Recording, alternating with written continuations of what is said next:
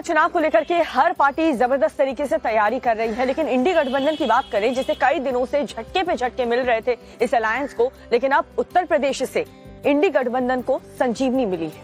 बिल्कुल, यहाँ कांग्रेस और समाजवादी पार्टी साथ में आई है। समाजवादी पार्टी लगातार लिस्ट जो है वो जारी कर रही थी और कांग्रेस के अध्यक्ष को चिट्ठी भी लिखी गई थी, लेकिन जवाब नहीं आया था। अब मजबूरी कह ले या एक दूसरे का साथ कह ले, दोनों साथ में आ चुके हैं। किस तरीके से 2024 में प्रधानमंत्री नरेंद्र मोदी को उखाड़ फेंकने की तैयारी ये कर रहे हैं, दिखाते हैं आपको।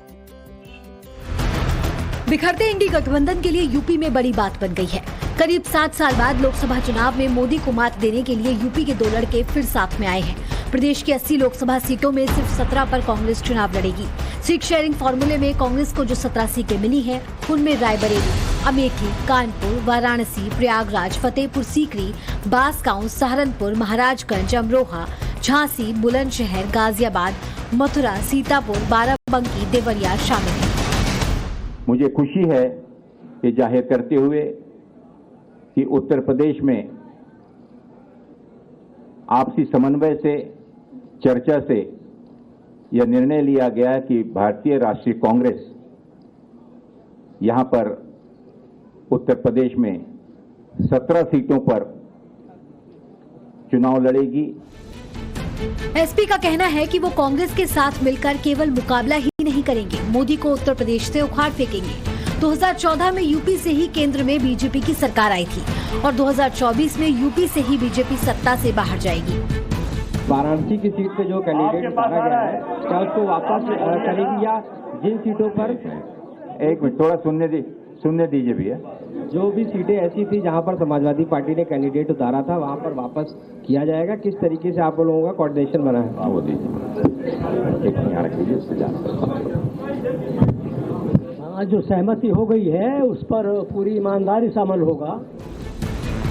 कांग्रेस एसपी के अपने अपने दावे हैं, लेकिन जरा उन आंकड़ों को देखकर भी रिकैप कर लीजिए। जब यूपी के दोनों लड़के साथ आए थे तब क्या हुआ था।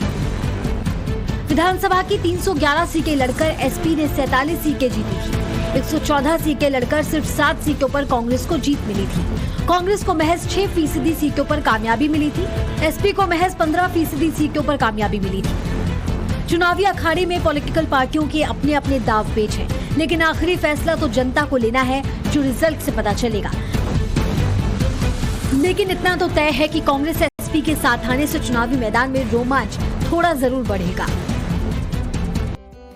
तो यूपी में 17 सीटों पर कांग्रेस ने अपनी दावेदारी जो है वो ठोकी है, लेकिन इन 17 सीटों पर किस तरह का पिछला रिपोर्ट कार्ड कांग्रेस का रहा है, ये डिटेल रिपोर्ट न्यूज की पाठशाला में सुशांत सिन्हा ने बताई है। जी हाँ, न्यूज की पाठशाला की ये जो क्लिप है वो आप भी देखिए और डेली एनालिसिस के लिए डिटेल में आप हर रोज 9 बजे पाठशाला जरूर देखिए।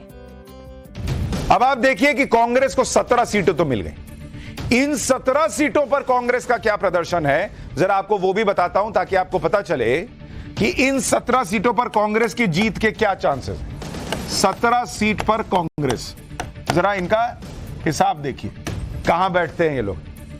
ये 2019 का रिजल्ट इन 17 सीटों पर जिनकी बात हो रही है, इन 17 सीटों पर 2019 में क्या रिजल्ट था। इन 17 सीटों में बीजेपी जीती थी 14 सीट बीजेपी जीती थी। बीएसपी कितनी जीती थी भाई? बीएसपी 2 सीट जीती थी। कांग्रेस पार्टी 1 सीट जीती थी, रायबरेली 1 सीट। इन 17 में से 1 सीट कांग्रेस पार्टी जीती थी, रायबरेली। लेकिन इस बार तो रायबरेली से सोनिया गांधी लड़ भी नहीं रही है।